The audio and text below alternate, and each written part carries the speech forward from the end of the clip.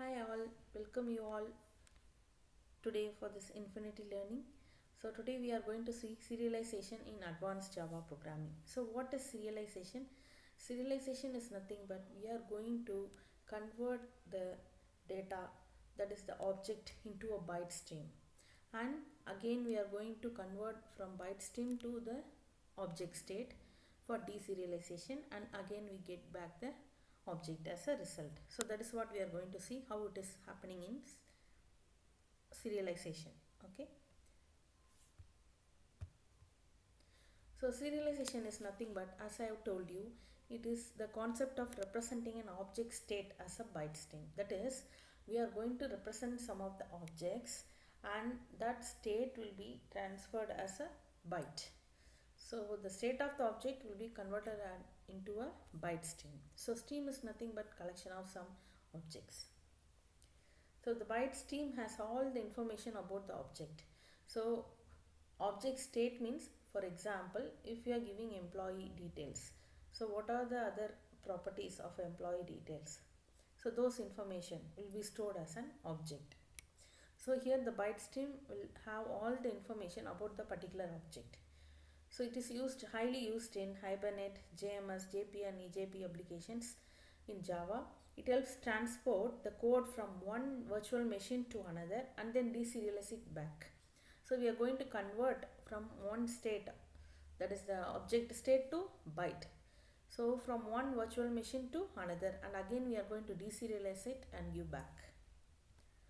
So if we see what are the advantages of serialization, so it has many primary benefits. So especially in case of when we are doing some marshalling, that is we are going to uh, change the state of an object. So when it is going to travel on the network, it is going to change the state of the object in a particular network, and again we get back through deserialization.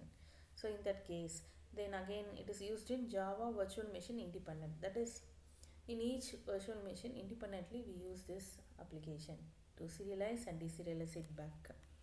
And it is very easy to understand and customize.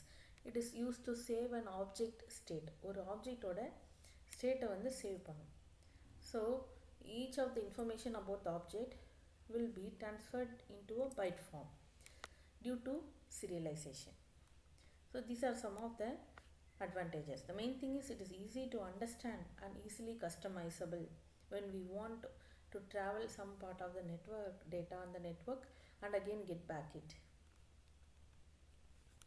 So the main things to remember in serialization is, so some conditions have to be followed. So the main condition is it is going to convert the object to byte stream for easy storage and transfer.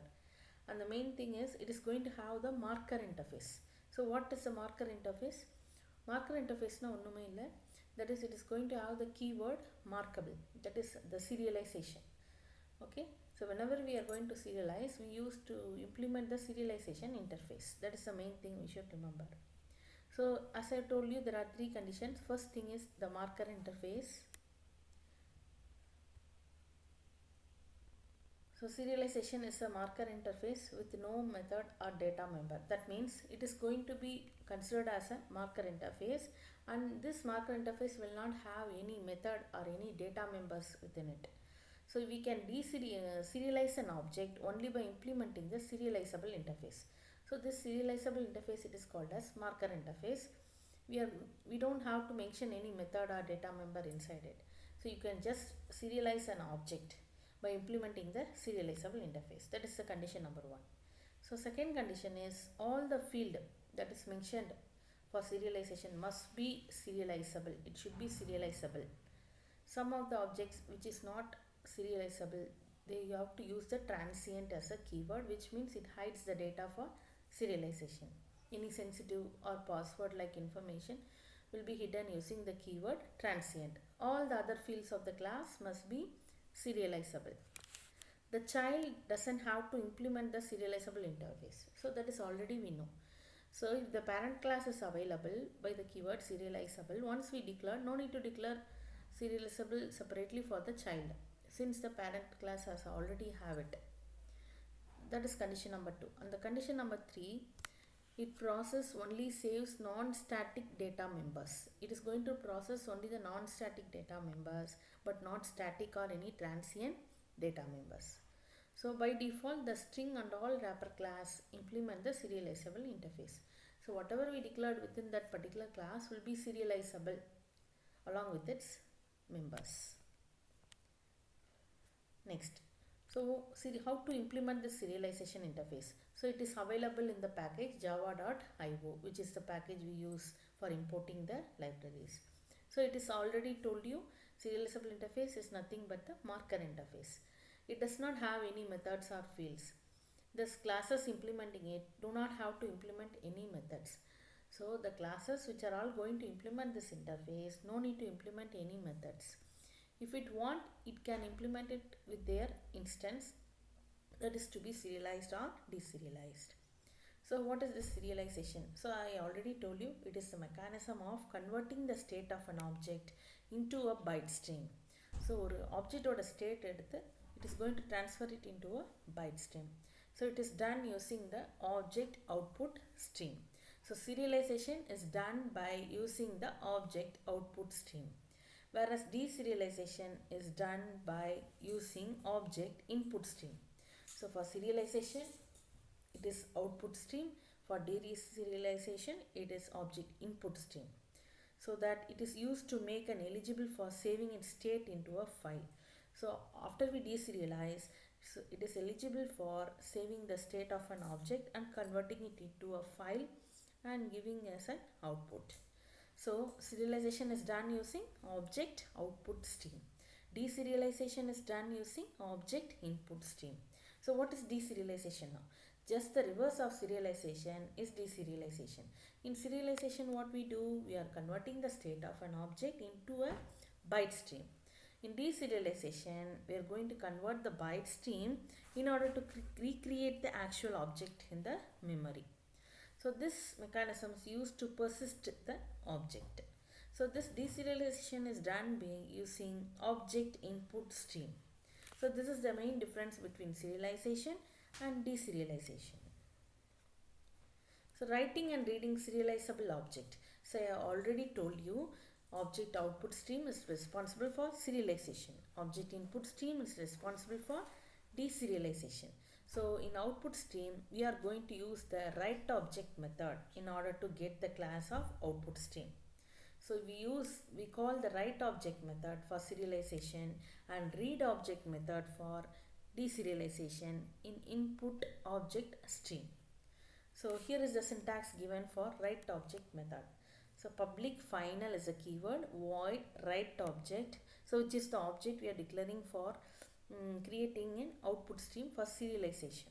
Okay, and then exception syntax for thread object method, and then for deserialization object read object throws IO exception, class not found exception.